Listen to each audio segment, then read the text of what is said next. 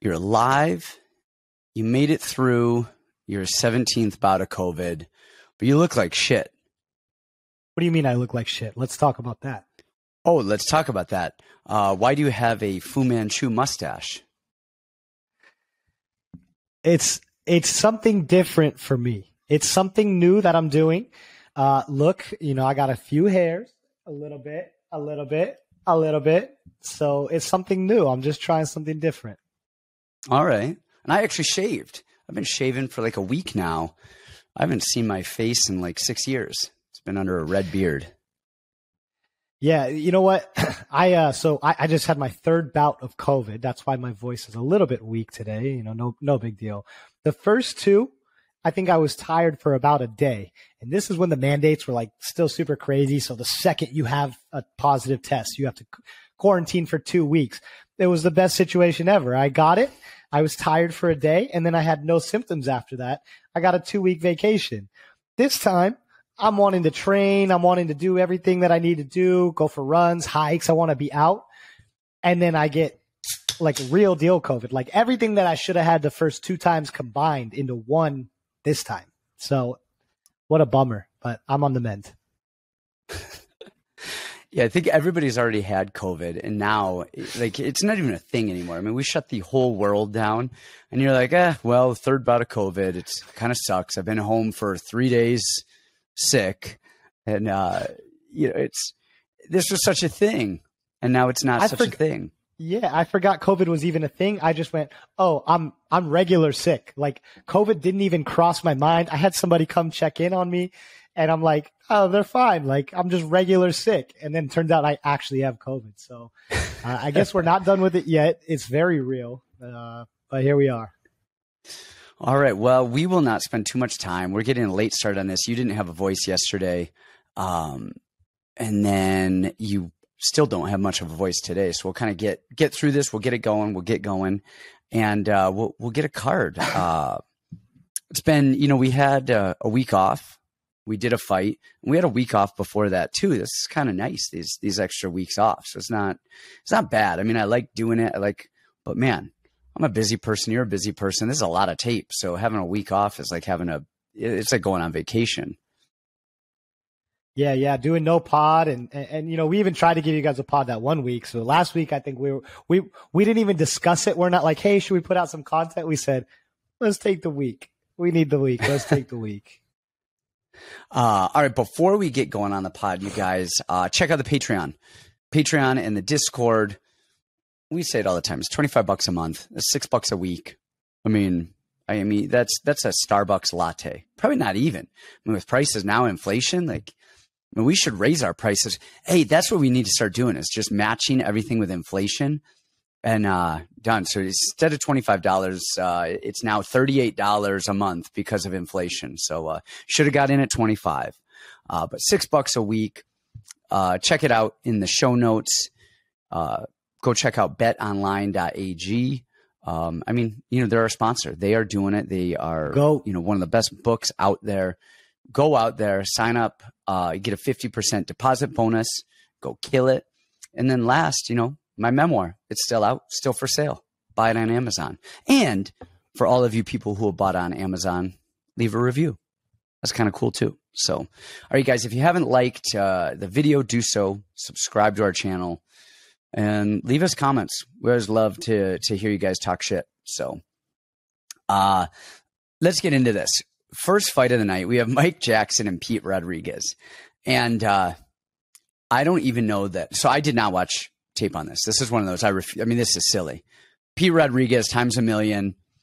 We're not, I don't even think there's a discussion here, right? You don't think so? I don't think so. Why? What do you think? Well,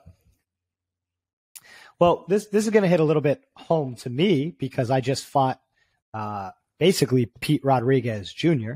He looks like him, fights like him, comes from the same gym as him, is basically Pete Rodriguez Jr. And this is something I actually tweeted about.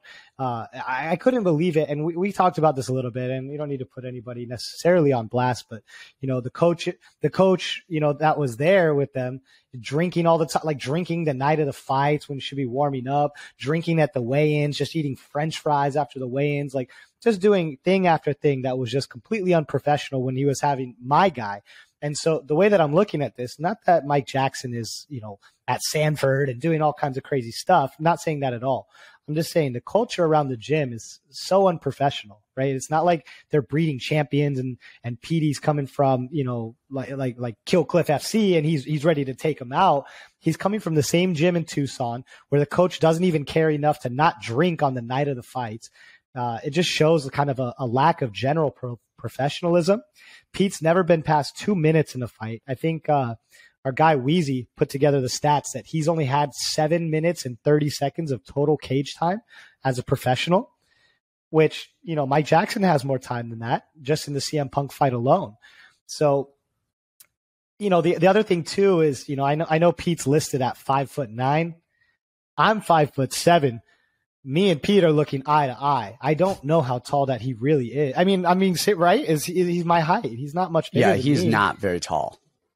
He's in the wrong weight class times a million. I mean, really, he should be losing weight and moving down a weight class. And he's fighting a guy who's 6'2" and who can box a little bit. I mean, Pete might go out there and whoop his ass for a few minutes, and he looked good. Even against Jack, he looked fine. But who's to say what happens after 5 minutes, after 6 minutes, after 7 minutes? We've seen that Mike Jackson can go the distance. Is he the greatest? No, but his hands look fine enough. His grappling looks fine enough. I just think, everyone's going to just throw Pete in a parlay. Okay. All right. I understand. But minus 800 just seems insane for the amount of skill and the amount of, information that you guys actually have on this one. I don't even want to say Pete and I aren't like friends. We fought on the same card. I never thought his coach would take a fight against me. I thought we were at least close enough for that. But that bridge is kind of weird and it doesn't matter. It's just fighting. But I don't know. I would never pay minus 800 for Petey. I just wouldn't. Oh, you're 100% right on that. Like Pete should be a minus 200 on this, minus 180. Fair. Just I mean, that's what I think this should be at. And I definitely would not put him in a parlay. I wouldn't anchor him. I wouldn't really touch this bet. Just not, there's no value in it. The only value in it is on Mike Jackson. I mean, that's the only thing here. And what you do is you do exactly what happened that last fight is you live bet something weird going on.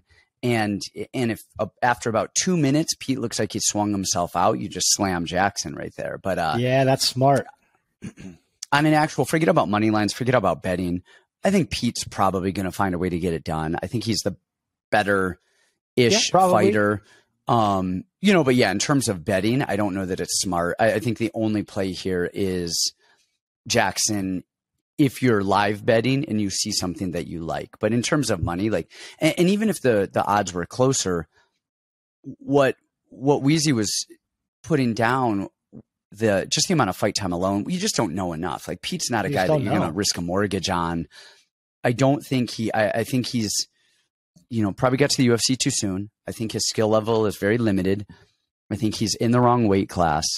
And so you haven't really seen him fight. So yeah, you're not going to put real money on Pete Rodriguez. That said, I see a lot of people planning their, yeah, I do too. I think Pete wins. Is me not saying this just to be contrarian or whatever. And I'm not making a case necessarily for Mike Jackson, but there's so many people planting their flags in this Pete Rodriguez round 1 or Pete Rodriguez, all the stuff is okay, fine. But honestly, I would just be careful.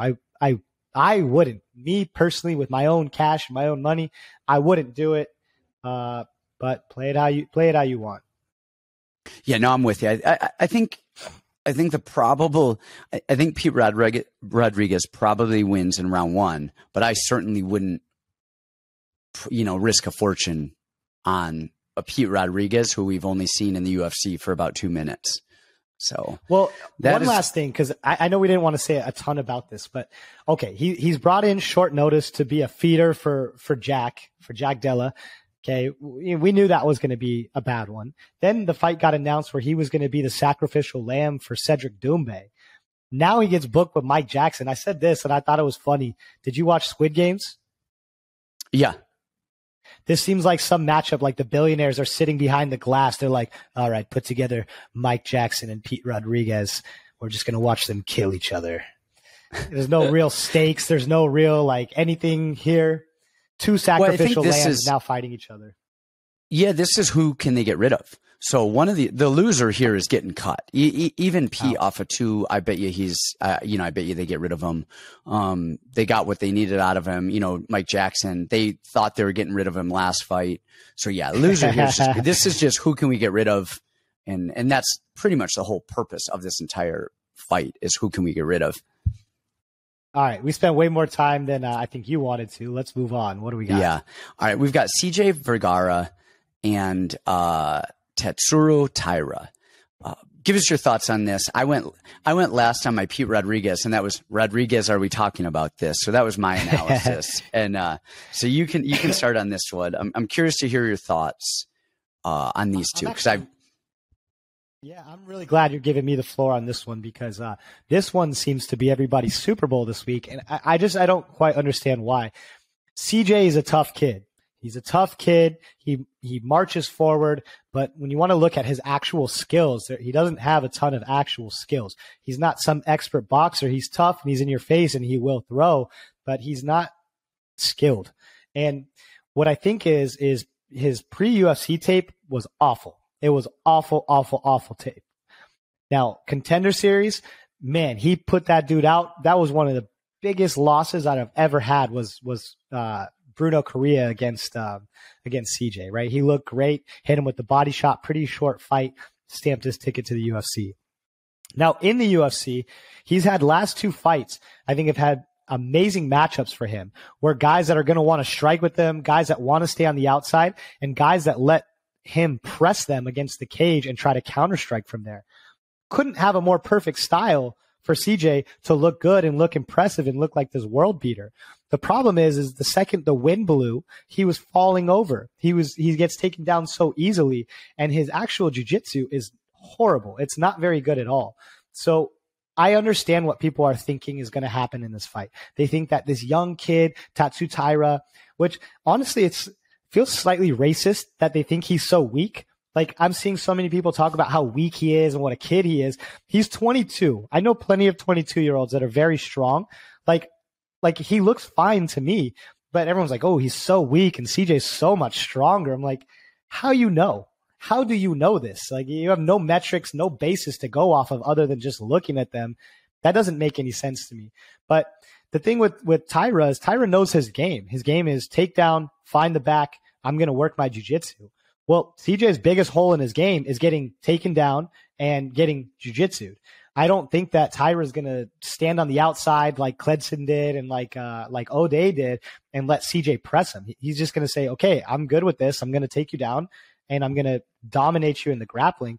I don't think this is really going to be that close of a fight at all. Taira's striking to me is good enough to keep CJ off him, maybe even hurt him as he comes in with no head movement, blind.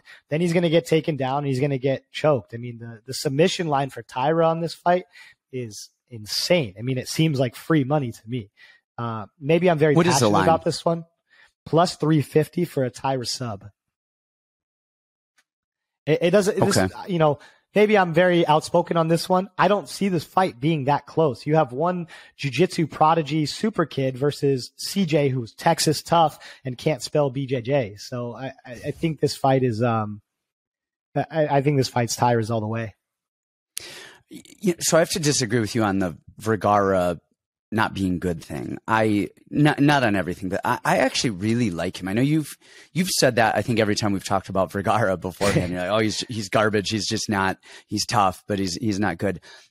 I actually think he's pretty good. I like his striking. I thought he gave Odie a lot of issues, and Odie was taking him down, because he was giving him issues. He has good knees. He has good clinch awareness, and his body work is great. And actually, when he gets taken down, he gets back up to his feet. I actually like him. I like his skill set. I like him as a fighter. But, on the other side of that, Taira, like you said, his striking is underrated. He has such a good long 1 and 2. He keeps range.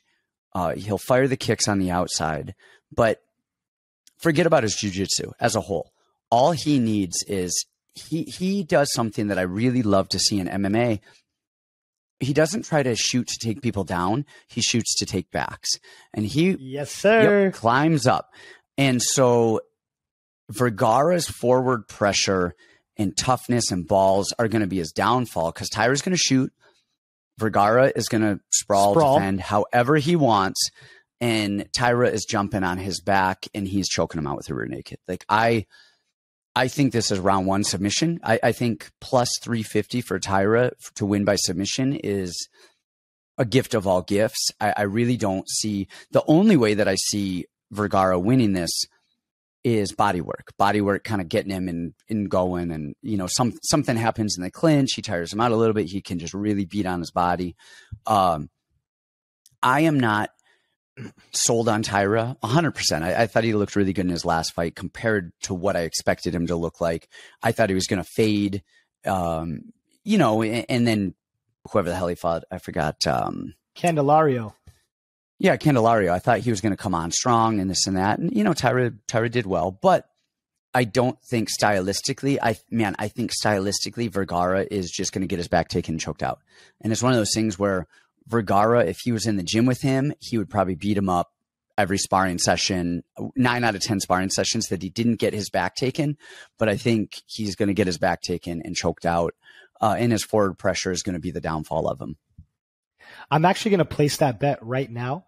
Not that it's like some hidden bet that that nobody's ever thought of, but I'm going to place that bet right now. I think that's funny that we see the exact same path to victory. Literally that same double leg takedown, sneak out the back, jump on his back, dominate him, choke him out, plus 350. I'm going to enter that right now on BetOnline. And then I believe, Taira first round sub is like plus 800, plus 900. It just seems like it's right there. It's just right there. I might throw some money down on that, because I actually think this fight, a submission is going to happen before the fight even gets to happen. I think it's good. I could see something like that happen, and just boom, shoots in, climbs up, sub happens. We didn't even get to see a fight because he got submitted so early. All right. Boom. Next one. We got Piera Rodriguez and Miss Sam Hughes. Man, this is a tricky one. We talked about this a little bit, and there's so many variables here, because Piera is tough as nails. She is just a tough human. Physically tough. She's mentally tough. Her striking's not bad, but it's a little rigid. She throws hard. Her wrestling's not bad, but she's strong and can kind of time a good double leg on girls who aren't great wrestlers. Her jiu-jitsu is not bad, but it's not great, but she has really good top control. And actually what I think she probably does the best in her whole fight IQ and her whole fight game is if she gets taken down, she does a really good job of elevating with butterfly hooks and getting back to her feet. I think she knows not to be on her back for long, and I like her there. Her stand-up is not not a lot of volume, and she throws with heat, but it's not overly even effective. On the other side of that, we have Sam Hughes, and these two are very similar in their skill set. Like, they're both good everywhere and tough everywhere, but not world beater-ish anywhere. And Sam Hughes is not a amazing striker, but I think she's a better technical striker, and she's more comfortable than Piera is. Her volume is greater, and, jiu-jitsu, her wrestling, again, is not bad, but she takes girls down who she should, and yada, yada. My biggest thing with this is coaching, and Piera's her coaching, I don't know where her fight IQ is. Like, she doesn't mix stuff up. She doesn't really know how to win. If she were to go in there and just shoot in, take Sam Hughes down, she would, that's an easy path to victory. Shoot in, not grab her, not body lock her, not try to clinch her, just get her swinging, blast double, put her on the mat, do that 3 times, rinse, repeat. We're done here, folks. I don't know if she's going to freaking do that. Like, I think she's going to strike, and she's going to kind of move, and she's going to kind of see how the fight plays out. And then Sam Hughes is going to get a lot of volume off and kind of start to win the round. And hopefully Piera will end up shooting and getting something and using her own brain to get the fight to the ground or something. I lean Piera here on a fight that she should win. I wouldn't say super easily, but relatively convincingly. And I think it's going to be a much harder fight for her than it should be, because I just don't know that she knows how to fight yet. If she knows what a game plan is, if she knows what she's good at. I think the over here is phenomenal, over anything you freaking want. It's probably going to decision. I can't imagine one of these two finishes each other. Look at the odds of what are the best overs that you think are safe versus something. Honestly, this is a good over to throw in a parlay. You know, you get it over 1.5, you get it over 2.5, some starts round 3, see what the odds are, something like that. Throw that in another thing that you like, throw it in a parlay juicer. I lean Piera, but man, I think she could really screw this up if she doesn't make adjustments that are going to be needed in round 2 and 3. Yeah, let's keep this really easy. I think Piera wins this one. We have talked about this a lot, and here's what makes me upset. And this is like the coaching thing. And again, I don't know how much we want to say about this, but Piera won her Contender Series fight against a girl who I think is going to be top 5 in the UFC. That Valeska Machado is very, very, very talented, very good. And Piera won. I think that was the best case you can ever talk about for styles make fights, because the one style that's going to crush somebody like Machado is that just constant pressure. I'm all over you. I'm throwing a million punches. I'm taking you down. I'm letting you back up. I'm taking you down again. And she looked world beater. Piera did in that fight, beating a girl who was very, very good. Then her next fight, she drops a round to Kay Hansen, who Kay has moments where she looks like she can wrestle and then moments where she can't wrestle at all. And the problem is Piera has an okay sprawl and okay awareness off the initial, but her second and third step is really slow. And when she falls, she reminds me of did you ever watch The Cleveland Show or Family Guy when the dude in the tub, he'd be no. Let's remind me. No. Yeah, when she falls, that's like how it is. Like, oh, no. She got to get up. She has decent butterfly hooks, decent stand-ups. I think this is really Piera's fight to lose here. You talked about the volume. I actually think the volume is going to side on Piera. I think she's more aggressive, although I do agree with you on the technicality aspect that Sam is much cleaner technically. Honestly, a lot of times that doesn't matter, just like in the Velasco fight, even the Machado fight. She's way more technical than Piera, and Piera dogged her. Piera stayed in her face, and she dogged her. I don't think Sam's wrestling is good enough to take down Piera at will, and I don't think her jiu-jitsu is good enough, even if she gets there, to hold her down for the entire rounds. The one thing that Sam has been winning a lot on is girls gassing out against her, girls beating her over the head with everything they have and then being so exhausted, or just getting taken down and being exhausted.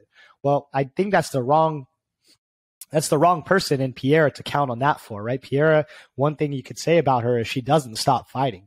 In her LFA fight, she got a finish in the 5th round. She's always going forward, always throwing punches. But you're right. The game planning is the biggest thing to me. How do you go from beating a girl that's that good to losing rounds to Kay Hansen in a relatively close-ish fight? I don't think she has somebody there that's sitting down and watching film and can actually develop a good game plan or even knows what the hell they're talking about. And one of the most alarming things to me is they spar over there, but they wear big boxing gloves. They don't use MMA gloves when they spar. And it's just really hard for me to understand how you're a professional athlete in the biggest organization in the world and you're not sparring with the gloves that you're going to be wearing when you actually go there. And you're not cage wrestling and you're not doing these things. And that's something I will say that Sam Hughes actually works a lot on, is they work on cage wrestling with little gloves, with body locks, with a lot of these things. I would weirdly love a Sam Hughes win here. I like Sam Hughes a lot. I think she's got dog in her, but I just think Piera is I don't want to say better, but maybe more of a fighter, maybe a little bit more dog, maybe a little bit meaner is, I guess, what I should say. I think Piera's a little bit meaner, and I think that's why the line is the where it at, and I got Piera here. Okay. I think, sorry, I had to pull my headphones out. They died on me, freaking thing. So I had to turn your volume down so I don't get a bunch of cancellation. But yeah, I think Piera is marginally better, and I think she's a little bit more close. Yeah, and a little bit physically stronger, and I think Sam Hughes probably has a little bit of a better fight IQ, but without necessarily the technical abilities to implement the fight IQ that's going to be needed to get the win. Yeah, she needs. Everybody just needs to come to fight ready. Like let us draw up your game plans because it'll be mutually beneficial. I'll be rich. All right, next up we've got Raphael Assuncao and Victor Henry. Wait, how? That's like the sixth fight for me. Oh, that is what. Let me refresh. We talk about this because I got Joanderson. Okay, yeah, I just Brito. refreshed it. We'll get to that one in a minute. Whoa, Joanderson, Brito, and Lucas Alexander. Did that just get added? No, it's been on there. Oh, I did not see that at all. I didn't tape that at all. I did. This is the first time I'm even seeing this fight on here. So give me your thoughts on these. I'm going to skip this because I didn't. I'll talk about this one because I taped it a little bit, and then I got some turkey cooking right now, so I'm gonna go grab some turkey to eat it because this is a little midday pod instead of the late night pod, and you guys are getting the real, raw, and uncut us. Okay. All right. So we got Mr. Joanderson Brito, who weirdly is almost everything that I hate in a fighter. At the same time, he's the kind of fighter you exactly want to bet on. His film, man, I've had a field day with his film. His film has been all over the map. Sometimes he looks world beater. Sometimes he looks like the worst in the world. It is all over the map and it's crazy. But luckily, we've got to see him in his UFC tenure. And actually, weirdly, one of my favorite fights of his to watch is the Algeo fight. I picked Algeo. I was confident in Algeo. I knew Algeo was going to win that fight. Not a doubt. I'm the Algeo whisperer. But that being said, Brito fought hard until the end. He actually really impressed me with how hard he fought until the end because I didn't expect that from him. I expected him to get finished by gassing out, death gassing, right? This is short notice for Alexander. Watching the way that Alexander throws punches, when you show up to an MMA gym and you see the guy in the corner just throwing these crazy fast punches and you're like, dang, that guy's amazing. He's one of those guys, but there's not really any actual pop on the punches. He looks so good. Like he looks the part of a real deal fighter. Whereas Joanderson Brito is not going to be so flashy and so cool like that. But man, he hits crazy hard. He's going to pressure you. He's got decent enough wrestling. He's just a big, aggressive guy, and he's always going for the finish. I like Joanderson Brito here. I think the line is actually, decently close for a short notice fight. I think Joanderson Brito is going to take this one. I don't think it's going to be really, really that close. Striking wise, I think he's got a good chin. He's going to stand up to almost everything he has. And then I give him the grappling advantage and honestly the power advantage. I think he stalks him down and gets an easy W here. All right. There you have it, folks. There you have it. Now you can go grab your turkey. And I'll be right back. You go ahead and talk about the next one because I don't want to talk about that one. Okay. So this one, we've got Jacob Malkoun and Nick Maximov. And this is a weird one because we've got such a similar skill set in these two. Let's see. Maximov is 8-1, 24 years old. His loss was to Andrei Petrosky, who just right off the bat caught him in that anaconda. That was kind of a wrap. And then Jacob Malkoun, who we saw him get starched by Phil Hawes early, and then he lost a very close fight with Brendan Allen. That was really a grappling match. For the most, a lot of grappling scrambles and stuff. Beat AJ Dobson, who, he had a little bit of trouble with round one, and then he ended up, pulling it out, kind of coming through. This is a tricky one because when I was first watching the film on it, I was thinking Malkoun is just too strong. He's going to sprawl. These are both grapplers. If you look at Malkoun, he's getting a takedown. He's doing it. but I don't know. I'm curious to learn about Malkoun's like actual wrestling background, because in MMA he's a very good wrestler. But what is his actual amateur wrestling background? And the reason I ask that is we saw him get taken down with a single leg, into a trip. I forget if it was Brendan Allen, but whom he popped back up. He did okay, but he'll stop that first shot. And when you see people who aren't natural amateur wrestlers and they just come into wrestling and MMA, they have the ability to stop the first shot, but then once the chain wrestling occurs, then they have a hard time. I was thinking that Malkoun is just going to stuff the shot. I think his boxing is a little bit cleaner than Maximov's, and I was like, okay, that's a wrap. And then you look at Maximov. He beat Cody Brundage, who made it to nationals twice, I think in D2, and then Puna Soriano, who's a legitimately good wrestler in college as well. And it's the chain wrestling. And when I look at this fight, I think I like Maximov to shoot, find his way in, shoot early. I think he's going to get stuffed out quite a bit, but I think his chain wrestling and his funk style of wrestling blended with his jiu-jitsu, I think is going to be enough to start to win in those exchanges and get the better of Malkoun in a lot of those. I think Malkoun is the better stuff your shot, defend hard, pop back up and throw. He's a better power wrestler. And Maximov is going to shoot a single, climb into a double, and then he gets funky on the inside right there. I'm leaning Maximov here, but I think this is a really, really, really, really close fight. And I think over here is the bet. I mean, gun in my head, I'm picking Maximov here based on the scrambling, but I think this is going to go to a decision. I think you pick your over, and I think it's going to be hard to lose money on an over between these two, who neither of them are finishing machines. And even if it turns into a stand-up battle, I don't think either of them are really technical enough or have the power to really put each other out. So that's my thought on that. I know you didn't want to talk about that one much, but let me just bring up the odds really quickly.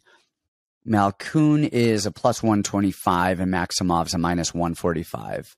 The over on this is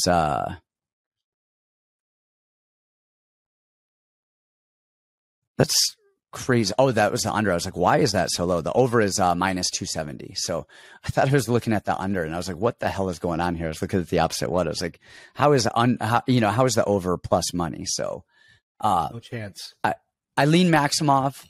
This is a very close fight. I think his scrambling is going to be what gets it done. So finally, now next up, we've got Victor Henry and Raphael Assuncao. What do you have on these two fine gentlemen? Man, I love me some Victor Henry. Man, I'm an emotional guy, you guys. I'm an emotional bugger. Pardon me. I was watching, first of all, just last week, I got to hang out with Raoni Barcelos all weekend, like after his after party after he won. That was like the greatest day of my life, was partying with Raoni until 6 a.m. That's my hero. I don't get starstruck around MMA fighters.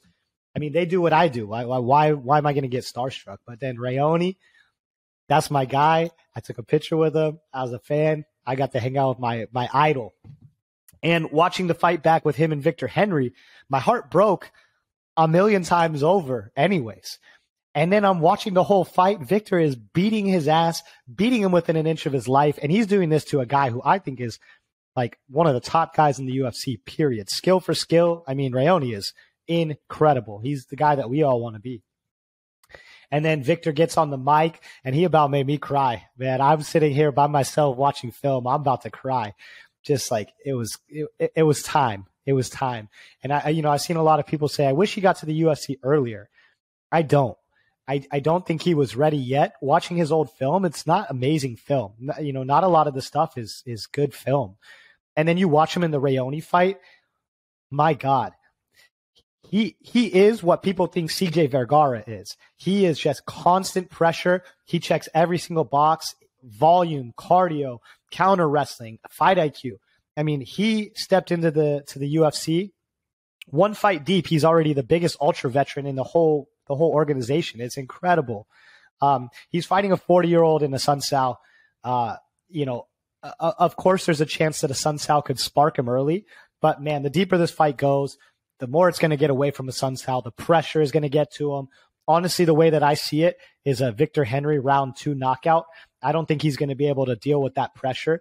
And one of the things that I love about Victor Henry, yes, he stands in the pocket, but he almost never gets hit clean. He's rolling with almost every single punch that's thrown at him. So even when he does get hit, it's kind of like bouncing off him. He's almost hitting the shoulder roll. Everything is being deflected, and he is amazing at it.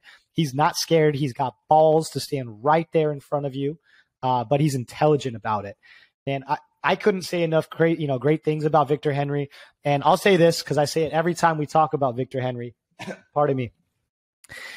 He fought Raoni on the card that I was cornering Vanessa, and we're sitting in the back, and Vanessa's talking to Chad George, who she knows from LA, and Victor is sitting there, and man, I've never seen anything like this. He's on short notice about to fight a legend of the sport, one of the top guys in the world, and he looked annoyed that he had to be there. He's like, it looked like he was like, yeah, I've already won this fight. Like, why the hell do I even have to show up to actually go fight? Like, this is a foregone conclusion. Like, he was annoyed by having to actually go through the actual fight because he already knew he won it. He was bothered by that. So I love Victor Henry. You guys want to talk about the price being so crazy? It's not that crazy. He was coming in against Raoni Barcelos. Of course, he's a massive underdog on short notice. And now he's fighting 40-year-old Assuncao. There's a huge difference between those two guys, and the line is reflective of that. So, I love me some Victor Henry.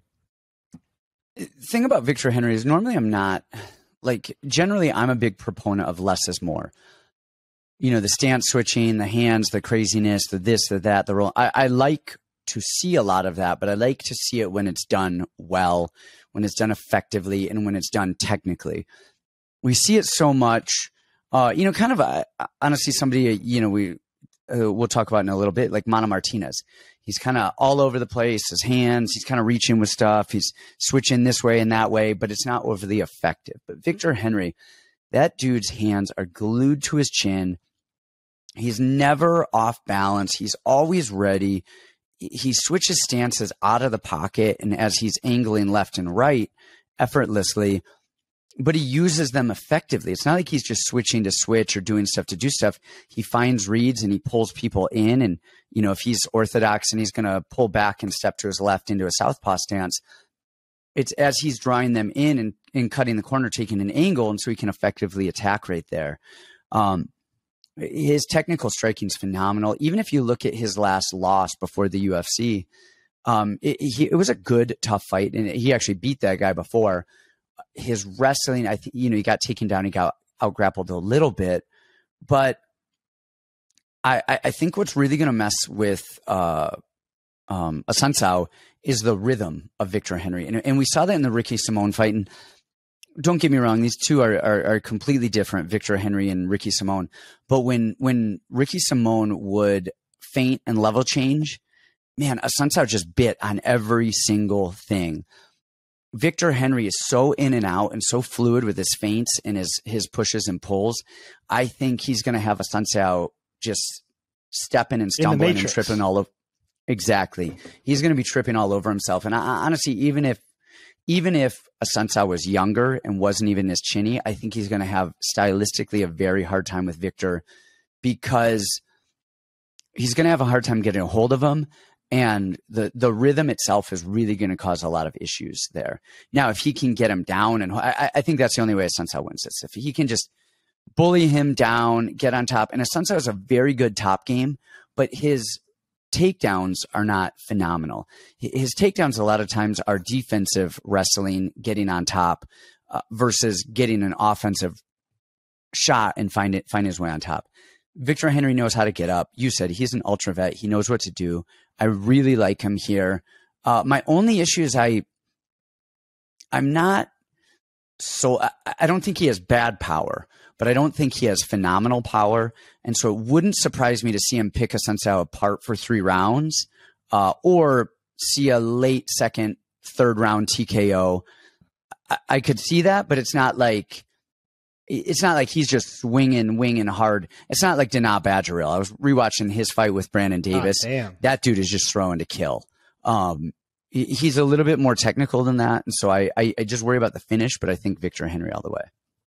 Man, but he can get suffocated. That's a really hard style. When somebody won't fuck off and they're in your face, he might just quit just out of necessity. Like, get this guy to fuck off me. Crazy white boy. It's insane. All right. Yeah. All right. Next up, it's actually next on our card is Mana Martinez and Brandon Davis. And I will talk about this one. I think you brought up Victor Henry first. Mana's 9-3. Lost to Ronnie Lawrence, lost a while ago on Contender Series to Draco Rodriguez via triangle. And, he lost earlier than that. Brandon Davis, we saw him just get back against Dana Bajoril. And I thought Brandon Davis was going to do something against Dana, and I was 100% wrong. It's funny, those Louisiana, Mississippi strikers, they all kind of have the same style. You look at him, you look at Tony Kelly, you look at Danger. They have this like weird, like, I wouldn't call it weird, but a very stylistic form of striking. And I really like it. They're fundamentally sound. They draw people in. I like Brandon Davis. I like Brandon Davis's striking. I like his wrestling's not great, but he had a split decision loss against Giga, who is phenomenal. He got the takedowns, and Giga's legitimately hard to take down. That was a little bit earlier in his career. And he got the job. I mean, almost got the job done against Giga, who's a lot bigger. I like his striking. I like his rhythm. I like his movement. I think he is the more technical striker. And then Mana, on the other side of that, watching him strike is really hard for me. He has such a Parkinson's hands. Like he's just shaking, and he's like just shaking. His hands are like, and he wiggles his hands and he turns them, and his head is moving. He looks like a bobblehead. And I think that his best thing was when Mana came out hot. He just goes in there swinging for the fences and stuff. But he's tempered that a little bit, and with tempering that, I think that has taken away some of his better strengths. So he's with James Krause now at Glory. So I'm assuming he's going to be somewhat better coached. He was with him with the Ronnie Lawrence fight as well. I think Brandon Davis is better here. I could see Brandon Davis winning a decision. The only thing that worries me about this isn't even Brandon Davis's age necessarily, which it does bother me a little bit. Him dropping to 135 does bother me a little bit. I just wonder if Mana's pressure over 3 rounds is going to be enough to get the job. If it's just going to be enough for the judges to see something. But I think Brandon Davis is more technical. I like Brandon Davis here. I know it's probably crazy. I think everyone's probably on Mana. I think Brandon Davis got killed in his last fight. But I'm not sold on Mana. I can't get behind Mana with the performances that I've seen against Guido and then against Ronnie Lawrence. This is like the last podcast that we did. We both knew that Brendan Allen was possibly going to win, but just because of what we talk about and the sake of what we say, like we have to pick Jocko just because everything lines up with what we're saying. Even though we knew that there could be a possibility, and this one feels like that exact same thing to me. I pose this question. What has Mana ever shown you? We're getting a little feedback on the thing. What has Mana Martinez ever shown you to tell you that he's going to win this fight? I mean, is he dominating people in the stand-up? He fought Guido Canetti and couldn't put him out. And honestly, kind of had weirdly close moments with Guido where you're like, did he win the fight? Did he not win the fight? Looked horrible against Ronnie Lawrence, and the blueprint was pretty much set for how to beat him. I mean, he has negative takedown defense. His striking is, like you said, it's all over the place. And the one thing that keeps tripping me up, because I'm looking at Mana and I see what he looks like, yet he's got this like one touch power. And I'm like, where is this coming from? Because he's not catching these guys where they're not seeing these punches coming. And he's not built like a guy who puts guys to sleep. Where is this spooky power coming from? Now, I think we've that's been kind of muted since he's been in the UFC. That was a lot more regional, where he was like scary putting these guys out. So I don't believe Mana. I think he is exactly what he looks like. I like Brandon here. I'm with you. They're the same height, which is going to be unique for Mana. He usually fights guys that are much shorter than him.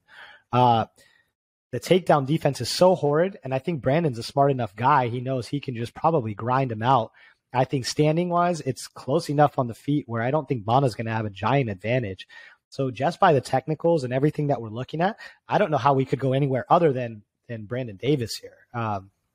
Now, in the script, I know they want Mana to win. He's the younger guy. He used to train with all these guys. I know that that's how it's supposed to go down, but I really like Brandon Davis here.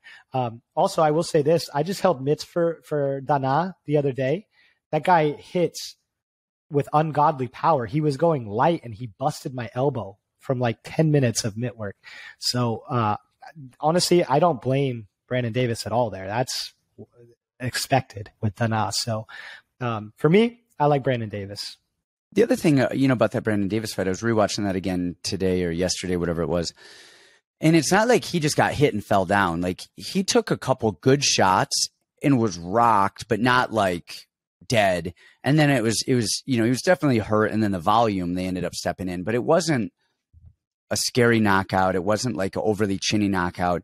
Dana was swinging for the fences. It was crazy.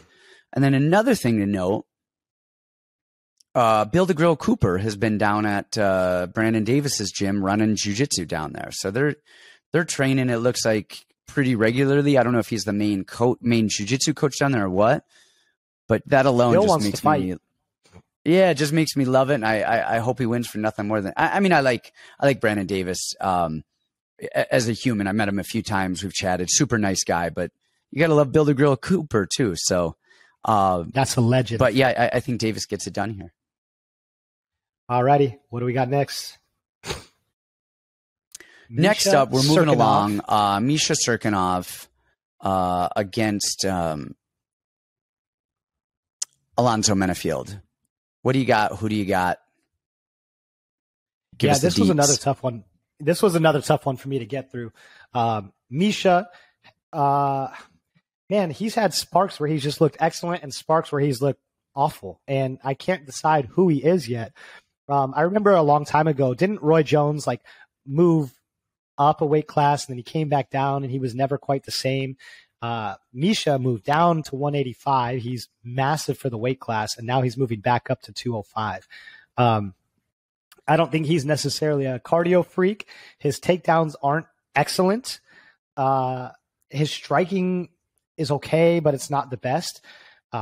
Man, I feel like every Alonzo Menifield fight is just like, okay, well, is he going to burn himself out? Is he going to burn himself out?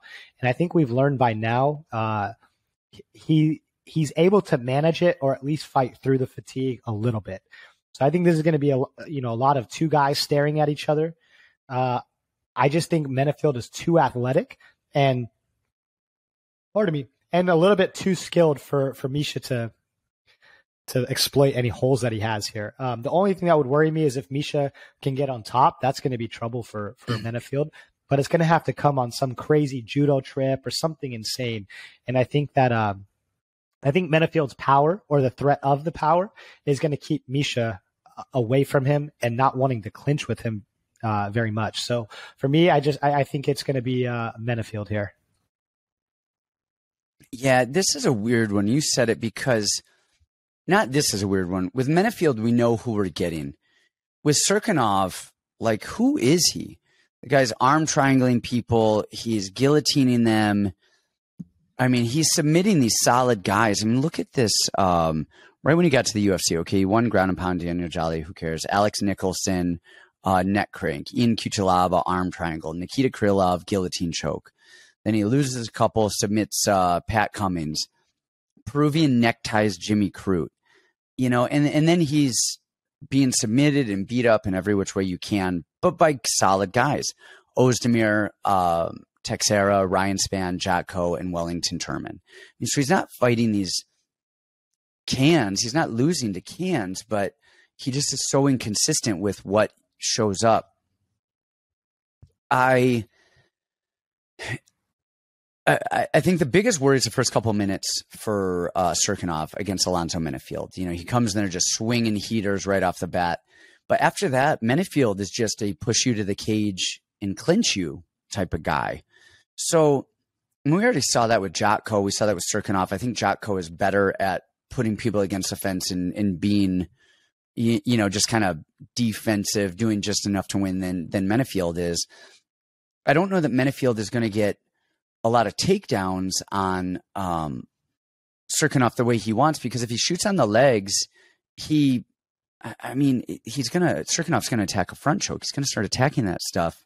So he's going to want to push him against the fence. And then if he does that, okay, well, that gives Cirkunov a little bit of time to move and to go around.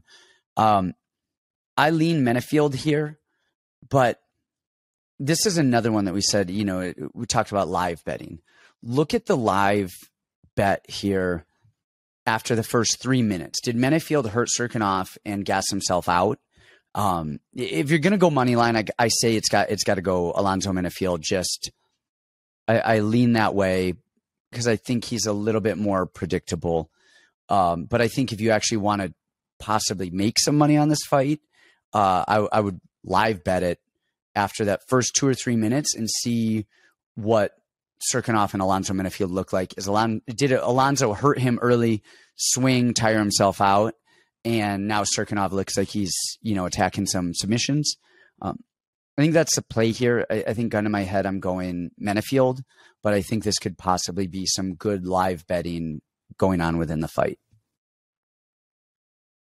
I think that's a good strategy. I think it might be a good strategy always. All right. Next up, Dusko Todorovic and Jordan Wright. Man, this is enough. Like, I don't even know. Like, we talked about this before. Like, who is Dusko? What is he good at? I mean, he's. I think his biggest win. He beat Johnny Walker before the UFC, right? Wasn't that Michel Pereira? That's what it was. I think that is where he has looked the best. Like Jordan Wright, we've seen a lot. He's now 12-3. He got submitted by Barry Alt. He got knocked out by Silva. He beat Jamie Pickett. And then, of course, got knocked out by Buckley on the UFC. And he beat Ike Villanueva.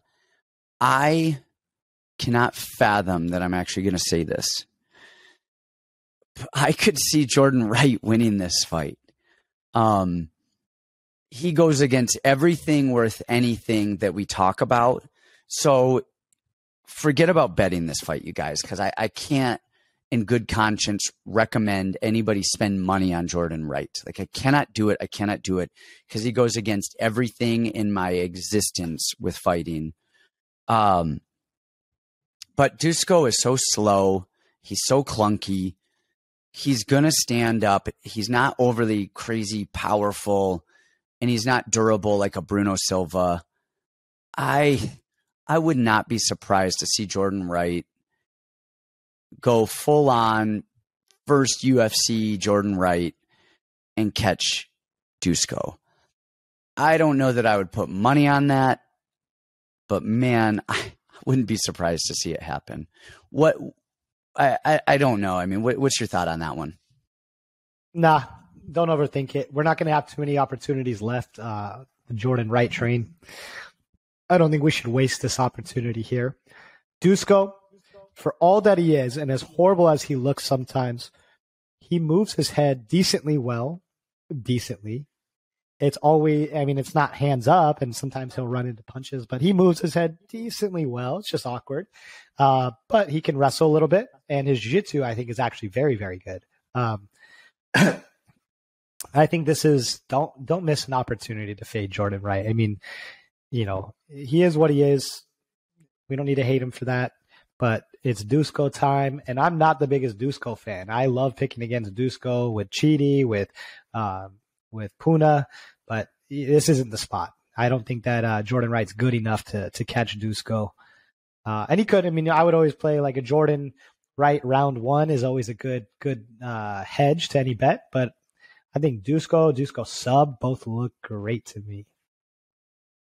I mean, the obvious one here is doesn't go the distance. I mean, neither of these guys, somebody's getting finished in round one. The fight does not go the distance. I don't know what the odds are. It's probably minus 1,000, but man, I don't know. These are, you got to have a lot of crazy if you're going to start betting a lot of money on either of these two ever, let alone against each other. All right. Let's move on. Unless you have anything more to say on that. Let's get to Askar, Askarov, and Brandon Royval. Let me know your thoughts. Well, to start, it's not really fair because I'm the biggest Brandon Royval hater in the world. I have thought he's so overrated since the day that he made the UFC, and he has done nothing but prove me wrong time after time.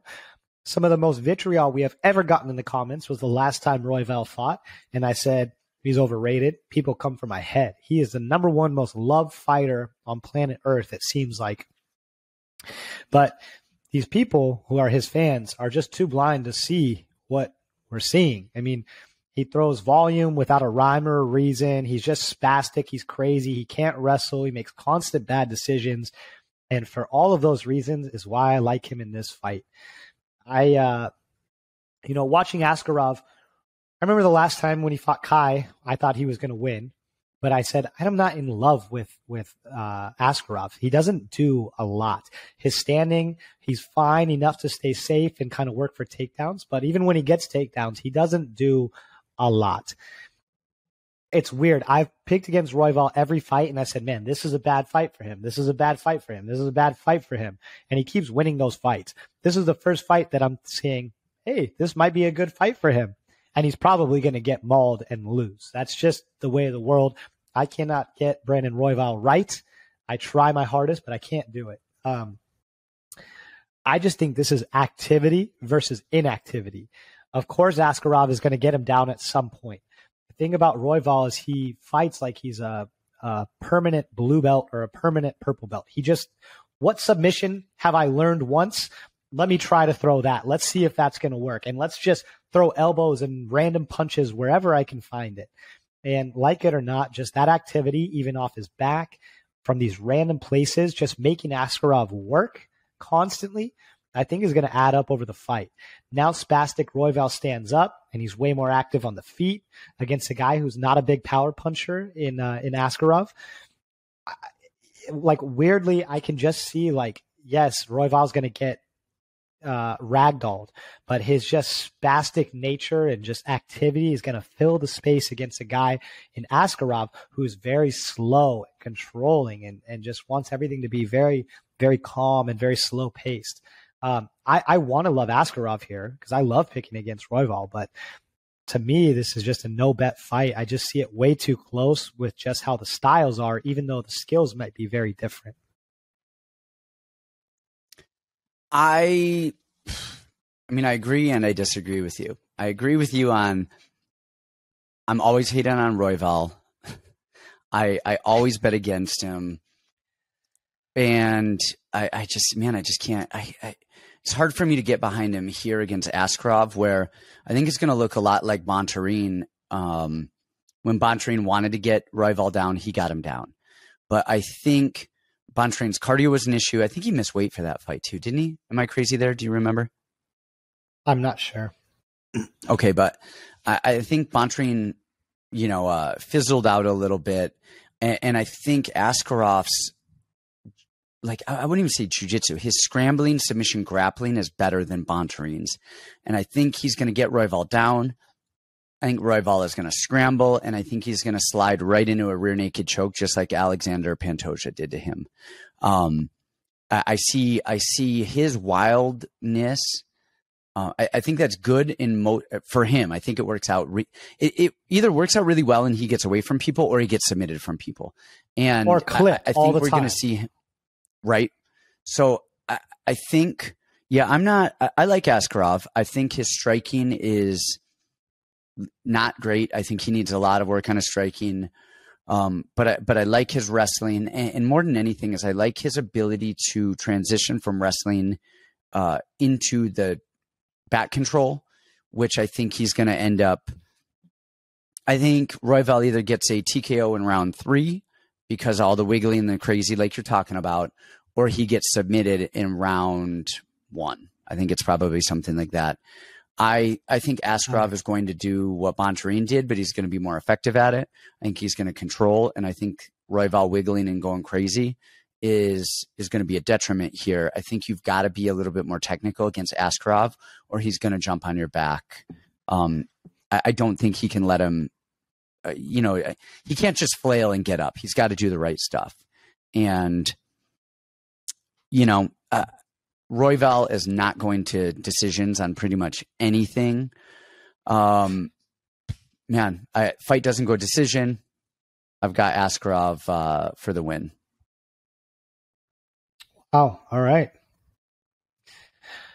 All right. I think it's going to go to decision. I think these guys can't finish each other, but what do I know? Okay.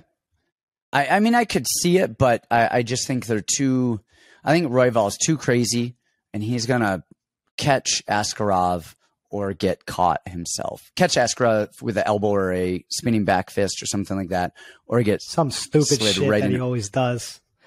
Yep. It's amazing who the fans love. They love people that just do constantly the dumbest things ever.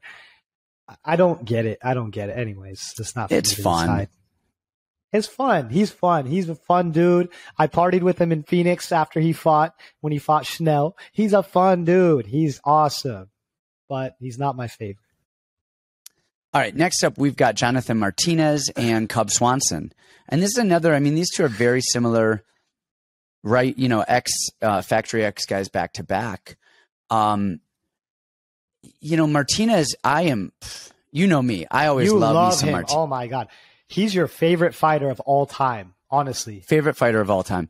No, but seriously, I like what Martinez does. I like how he fights. I like his fight IQ. I love his kicks. I love how he checks kicks. He gets back up to his feet. I really like Jonathan Martinez. I think he does so much stuff really well. And then on the other side of it, you've got Cub, who's, looking at the end of his career. He's 38 years old. Just killed Darren Elkins. That was pretty nice. He's fast. He moves well. His boxing is good. Mixes up his level changes really well. For as much as I love Jonathan Martinez, and everything against Cub Swanson is in the books. Like, he's old. He's dropping a weight class. What's about to happen right now? All of that stuff. What's about to happen right now? I don't know.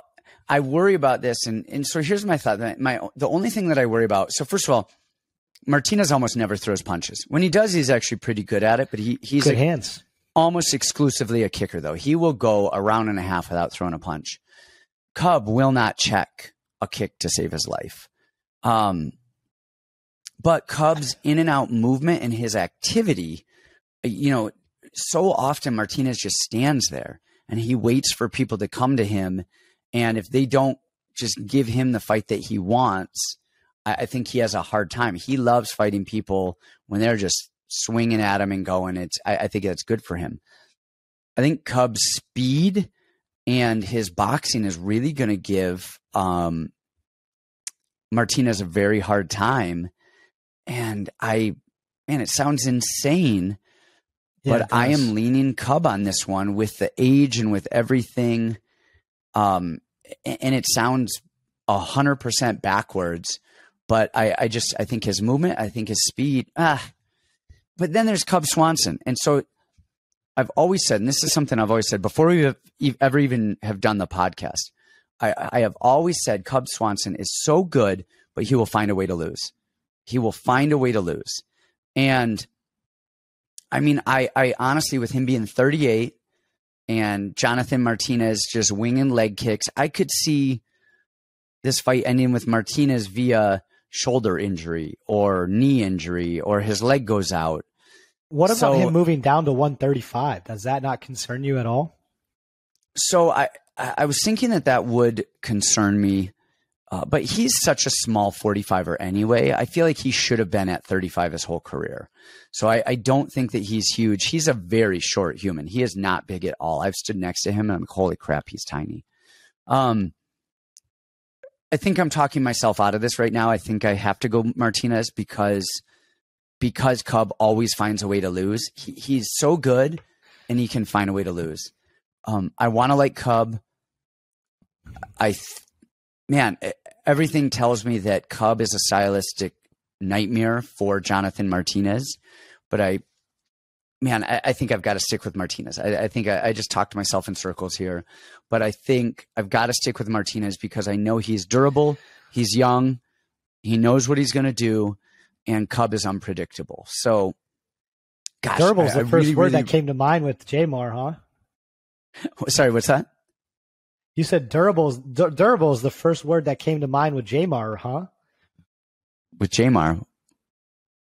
Jonathan Martinez? That was the first word you thought of was durable? Yeah, is he not durable? Not at all. I mean, he got knocked out by Davey Grant. Okay, fine. And then his fight against Alejandro Perez, he was winning 4 minutes and 50 seconds of every round and would get dropped at the end of every single round. Like, he just gets dropped all the time, and then he'll get up. He's fine, but he's not Julian Marquez with the chin.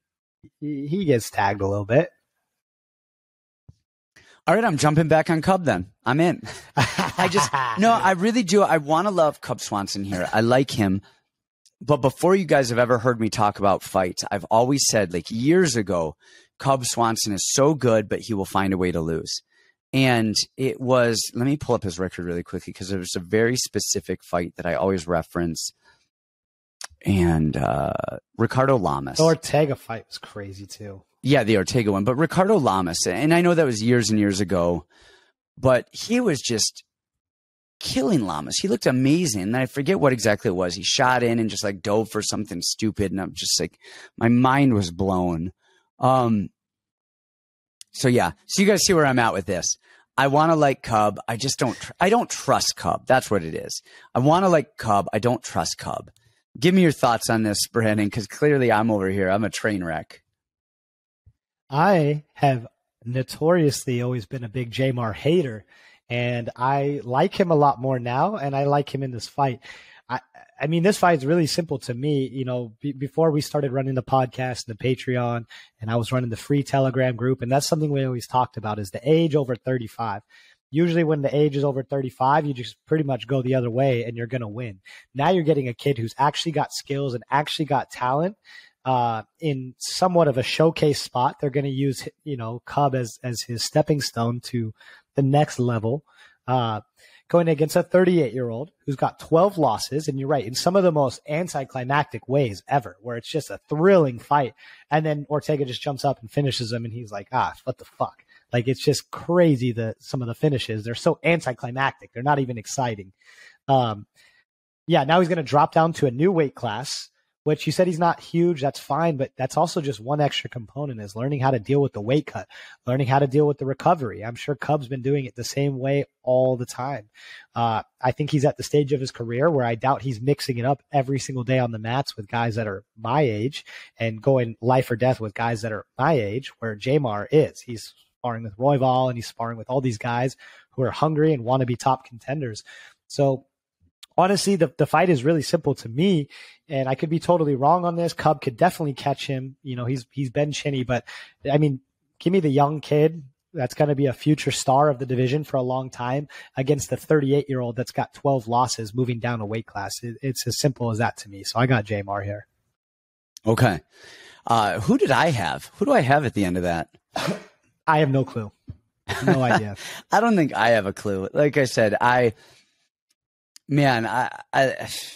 love me some Jamar. I'm going to call him that now. I was just Jonathan Martinez. You threw me off with Jamar. I love Jonathan Martinez. I think Cub is going to be a stylistic headache for him. But yeah, it would not surprise me to see him find a way to lose. Just find a way to lose. Another liver shot. So. How about that? Another giga kick. I could see it, man. And Martinez is a southpaw, and he loves that liver shot, and he loves that left knee as people are dipping and coming in. But then he also loves that low kick too, which Cub just does not check. Man, I love Martinez. I like Cub. The weird thing too is Cub is so skilled. He just, man, has the fight IQ of an ant. So it's hard to bet on him there. All right. Last, we've got Alexa Grasso and Viviane Araujo. Want me to kick this off? Do you want to kick it off? What do you got? I can go on this one. I didn't look at the odds on anything until right this minute. So everything you guys have heard from me is not knowing what the odds are other than Pete Rodriguez. That's it. That's the only one that I really knew. Okay, Betonline has Araujo at plus 192, Alexa at minus 227. It's pretty crazy to me. I think that line is only indicative of cardio. That line's really only indicative of cardio, to be honest with you. I think skill for skill, I think Araujo is phenomenal. I mean, she's really got all the skills in the world. She can wrestle her ass off. Her jiu-jitsu's excellent. She's got big power in her hands, and her striking, her boxing is crisp. It's clean. I cashed her as a dog last time against Andrea Lee, which weirdly is kind of that same angle, right? The only reason that Andrea Lee was a favorite was based on cardio and volume. People thought she was going to throw front kicks and pepper her with volume until she died. And she had that girl quitting on the stool. It was insane. I didn't do an insane amount of film study here, but Grasso obviously moving up. That's not her first time moving up, but she is a smaller girl who's kind of fit into a new weight class versus just super soldier, ultra athlete, Araujo. I can see how this one goes bad, but man, give me those big dog odds on Araujo. I just think she's got power. I think for the first time in her life, she's understanding how to fight. Even if, things get tough for her, she can take down Alexa and make Alexa work back up. I mean, just hanging and being there and being all over her. Man, give me some dog odds on Araujo. That's crazy to me. I love Alexa Grasso. I think Araujo is very good everywhere. I think you said it. She is physical. She can throw. She's got the jiu-jitsu, especially the top game. I mean, Araujo is really good. Again, I think the odds are cardio based. She got really tired, but her and KGB went balls out in that round. That was a crazy pace. That was nuts. Everyone's going to be gassed after that. She kept a good pace the whole fight. In that fight, that's what was crazy to me. And I don't think she's going to have to worry about cardio so much with Grasso because Grasso is very. She's not a workhorse. She's not going to go out there and swing him for the fences. She's so much more of a technician. So there's going to be a lot less swinging and a lot more jockeying for position. Alexa, I mean, she has such good striking, very clean down the middle. I think that's the difference between KGB and Grasso. Grasso is so much tighter down the middle and is such a better technical boxer than KGB. I think KGB is tough and she volumes it, but I think her technical boxing is not anywhere near as what Alexa Grasso's is. We saw her physically, we saw her fine and handle her business with Macy Barber, who's a big, physical, strong 25er. I don't think that's going to be an issue. My worry with Alexa is not in the clinch, not against the cage. My worry is that Viviane will actually shoot low on the legs, and that is what's going to cause some issues with Grasso. I don't think she's going to be able to counter the leg takedowns as well as she's going to be able to counter the upper body and clinch takedowns. And even if she doesn't get killed, hey, you're on your back. You have to work your way up. So, that's the thing. But, we saw her, I think it was the Macy Barber fight where she finally did get taken down. It was a caught kick. She kind of caught a kick, jumped in. I don't know if you'd consider that a single leg or a leg takedown, but she caught a kick and kind of ran it a little bit. And then as soon as they hit the mat, Alexa throws up the armbar, uses it to get on top, and she just has a really good fight IQ. I like Alexa Grasso here on pretty much everything outside of leg takedowns. I think if that's how she's going to win, but I feel like she gets back up well. I think she's a very smart fighter. We even saw it with against Macy Barber, she was defending the takedowns and winning in the stand-up department. Against JoJo, she was taking her down and offensively wrestling. That alone shows good coaching and a good game plan and a good fight IQ. I think she has good cardio. I think she has good power. I think moving up to 125, I mean, she'll pepper and move and touch, but when she wants to swing, she's got it. I like her here, and I think of course, it's going to be I don't think it's getting stopped, in the first half of the fight. I think if you go over 2.5, I think that's great. But I like Alexa, and I like her skill set. All right. I think that's another show for the books. That is it for the books. But before we go, you guys, man, we've got a week this week. We got BKFC. We've got LFA. We've got some other stuff coming up. Join the Discord. Join the Patreon. Get all the goods. And you can have some UFC stuff too. We'll get it done. Guys, go sign up. We got a tennis guy killing it right now, or a guy Net Profits. Most people are coming for us and staying for him, which I'm not mad about. As less work for me. They're happy with that. But we just have an awesome community, guys. Go sign up. You get to chat with us. Get to get some money. Make some good bets. And that's it. Have some fun. Sounds good. We'll see you guys.